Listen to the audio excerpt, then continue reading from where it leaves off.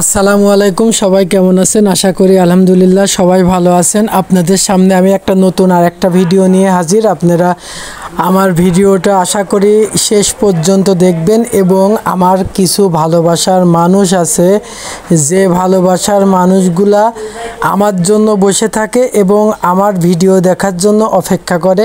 আমি সেই মানুষগুলাকে বলতেছি, আমি আমার ভালোবাসার মানুষকে বলতেছি, আমি আমার ফেসবুক বন্ধুদেরকে বলতেছি, সবাই যার যার জায়গায় থেকে ইনশাল্লাহ ভিডিওটা দেখবেন, সুন্দর কমেন্ট করবেন এবং বেশি বেশি বেশি করে শেয়ার করবেন।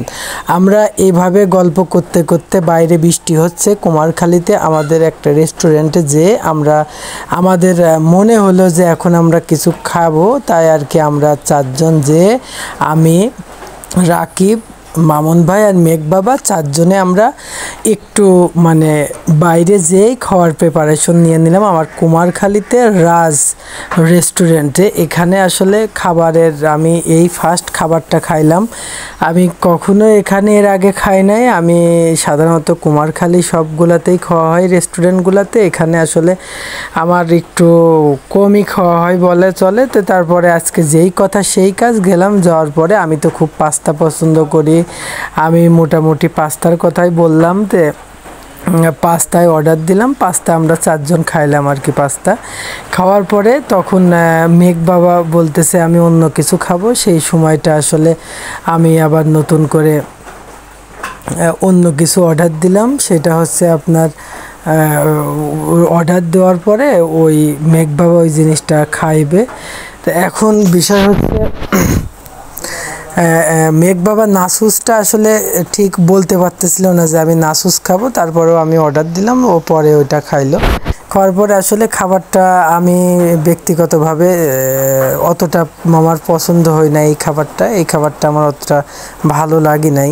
যতটুকু লাগছে আমি আর কি মোটামুটি ততটুকুই বলছি। আমরা চারজন আর কি খাবারটা খাইলাম, তবে নাসুসটা ভালো ছিল। নাসুসটা আমরা মোটামুটি সবাই খাইছিলাম, বেশ ভালো ছিল। আর মামুন ভাইয়ের সঙ্গে আমরা অনেক গল্প করতেছি, আমি মেঘ বাবার সঙ্গে আমরা সবাই গল্প করতেছি। মেঘ বাবা এই খাবারটা খাইতে চাচ্ছে না, আর মেঘ বাবা এই খাবারটা খাইতে না আসে, সে বলতেছে অন্য কিছু খাইবো। তখন আবার আমি বা মামুন ভাই আমরা সবাই মিলে মেঘ বাবাকে বলতেছি, বাবা এটা হলো মেসির ফেভারেট খাবার। আর আমরা সবাই জানি বা আপনারাও সবাই জানেন মেঘ বাবা মেসিকে অনেক পছন্দ করে, অনেক ভিডিওতে মেঘ বাবা মেসির কথা বলছে। তো এইগুলা বলার পরে আমরা বিভিন্ন অ্যাঙ্গেলে বোঝাতে চাচ্ছিলাম মেঘ বাবাকে, মেসি এইগুলা খায়, মেসি এইগুলা খেয়ে ভালো খেলে, মেসি এইগুলা খেয়ে ভালো গোল করে, এইগুলাকে বোঝায়। আসলে ছোট মানুষ তো, ওদেরকে আসলে যা বোঝানো যায় তাই বোঝে মোটামুটি। পরে একটু বোঝানোর পরে মেঘ বাবা আস্তে আস্তে খাওয়ার চেষ্টা করলো, আপনারা দেখতে পাচ্ছেন। তারপরেও মেঘ বাবা খাইতে চাচ্ছে না, দূরে দূরেই থাকতেছে। এবং আমরা তারপর এরকম বলার পরে মামুন ভাই মেঘ বাবাকে খাওয়ানোর জন্য ওই যে সামনে দেখতেই পাচ্ছেন চামচ নিয়ে আগায় যাচ্ছে। মেঘ বাবা না করতেছে, তার নাকি প্রথমেই খেয়ে ভালো লাগে নাই। আর আসলে ভালো লাগে নাই, বাচ্চারা আসলে তাদের পছন্দর খাবারগুলো আসলে পাইলে খেয়ে ফেলে, এটা আসলে তাদের পছন্দর তালিকায় থাকে না, কারণ তারা কন্টিনিউ এই খাবারগুলো খায় না। এইগুলা তাদের কাছে একটু এক্সেপশনাল লাগে, তাই একটু খাবার খাওয়ার পরে মনে হয় যে কেমন যেন একটা লাগতেছে, এই জন্য হয়তো বাচ্চারা খাইতে পারতেছে না। তবে আমাদের খাবারটা মোটামুটি খারাপ ছিল না, ওভাবে আর কি আমরা খাবার খাই তো, খাওয়ার পেটুক মানুষ, যাই খাই তাই পাই, যা পাই তাই খাই। হ্যাঁ, ওই রকমই হলো আর কি। আমরা আমাদের কাছে কোনো খাবার সম্পর্কে জানতে গেলে আসলে আমরা ওই রকম বুঝতে পারি না, আমাদের খেতে হবে, খাই, আমাদের ভালো লাগে, খাই। অবশেষে আমাদের মেঘ বাবা খাওয়ার জন্য প্রস্তুত হলো। মেঘ বাবা এখন খাবে, অনেক কিছু বুঝায়, অনেক কিছু জানায়, শিখায়, বুঝায়, খেতে খেতে রাজি হইলো। পরে মেসির গল্প করতে করতে মেঘ বাবা খাবারটা খাইতে রাজি হলো।